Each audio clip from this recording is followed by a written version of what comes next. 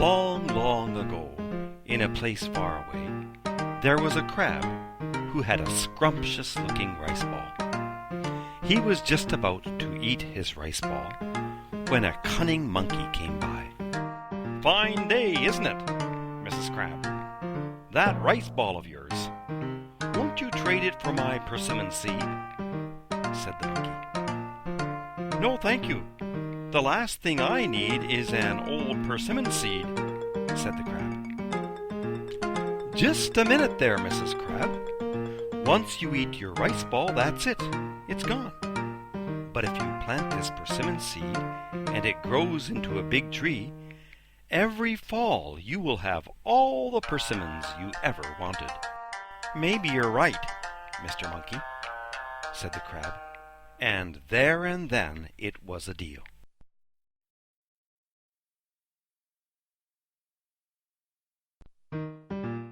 The crab went right home and planted the persimmon seed in his garden. "Grow, persimmon seed, grow, for if you don't grow, I'll clip you with my claws," said the crab as she watered the seed.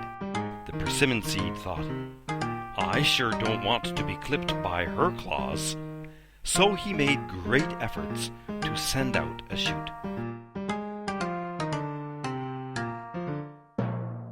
Soon, a persimmon seed shoot appeared out of the soil. "Grow, persimmon shoot, grow and bear much fruit, for if you don't, I'll clip you with my claws," said the crab as she watered the shoot. The persimmon shoot thought, "I sure don't want to be clipped by her claws," so he made great efforts to grow into a big tree, and he bore much fruit.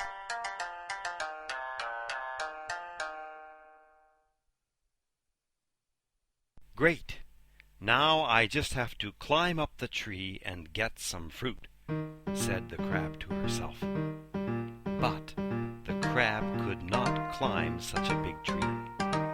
"Oh dear, what shall I do?" said the crab. Just then the monkey came by and said, "Mrs. Crab, what's the matter? Do you have a problem?" "Lots of fruit have ripened on my persimmon tree, but there's no way I can climb that big tree. That's my problem," said the crab. "Well, well, Mrs. Crab, now maybe I can help you," said the monkey as he climbed up the tree. Climbing to the top, the monkey picked the ripest and juiciest persimmons and ate them while sitting on a branch. "Hey, Mr. Monkey, please bring me down some persimmons," said the crab. "Sure thing," said the monkey. But then he began hurling down some hard, unripe fruit, hitting the crab. One very hard persimmon hit the crab on the head, and she died then and there. But no sooner had she died than multitudes of baby crabs appeared from her shell. The baby crabs grew up, and one day they decided to take revenge for their mother. They made millet dumplings, and carrying these in their handbags, they set off for the monkey's house. On their way they met a chestnut. The chestnut said, "What is it that you have in your handbags?" "These are millet dumplings," said one crab. "We are off to the monkey's house to seek revenge," said another. "Well, if you give me one of your millet dumplings, I will be your ally," said the chestnut.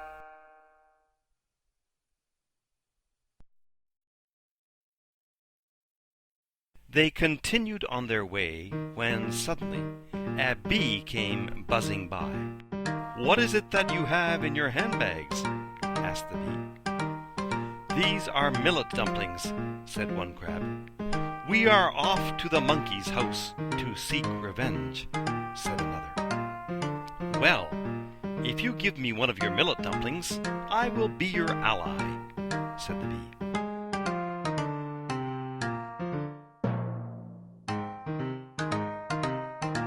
They continued on their way when suddenly a cow pie came flip-flopping by. "What is it that you have in your handbags?"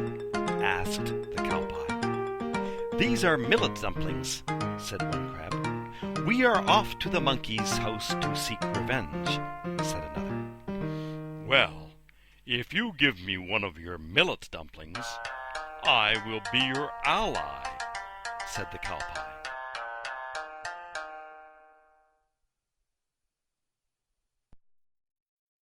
They continued on their way when suddenly a mortar came thumping by. "What is it that you have in your handbags?" asked the mortar. "These are millet dumplings," said one crab. "We are off to the monkey's house to seek revenge," said another. "Well, if you give me one of your millet dumplings, I will be your ally," said the mortar.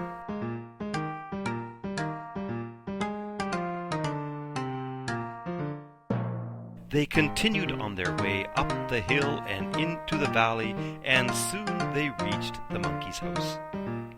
They knocked at the door, but the monkey was away. So they made a plan of attack. Each member hid in a designated place, and they waited for the monkey's return.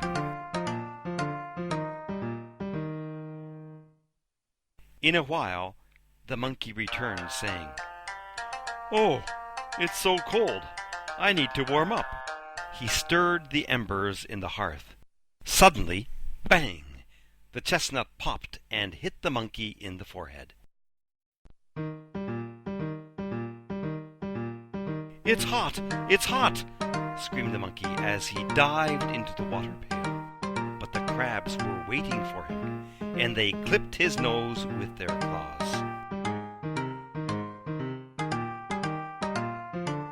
"Ouch! Ouch!" screamed the monkey.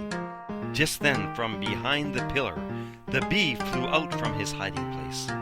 He flew behind the monkey and stung him on his behind.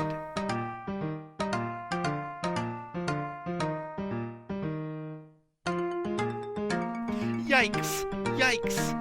screamed the monkey, and he ran out the door. But next to the door sat the cow pie, and he made the monkey slip and fall. "Ouch! Ouch!" screamed the monkey, sprawled out under the eaves of the roof. Then suddenly the mortar came rolling off the roof, and kaboom! It hit the monkey square on. The monkey was flat out, and everyone gathered around and shouted, "We did it! We did it! We beat up the monkey!" Everyone was overjoyed, and never again did the monkey bother them.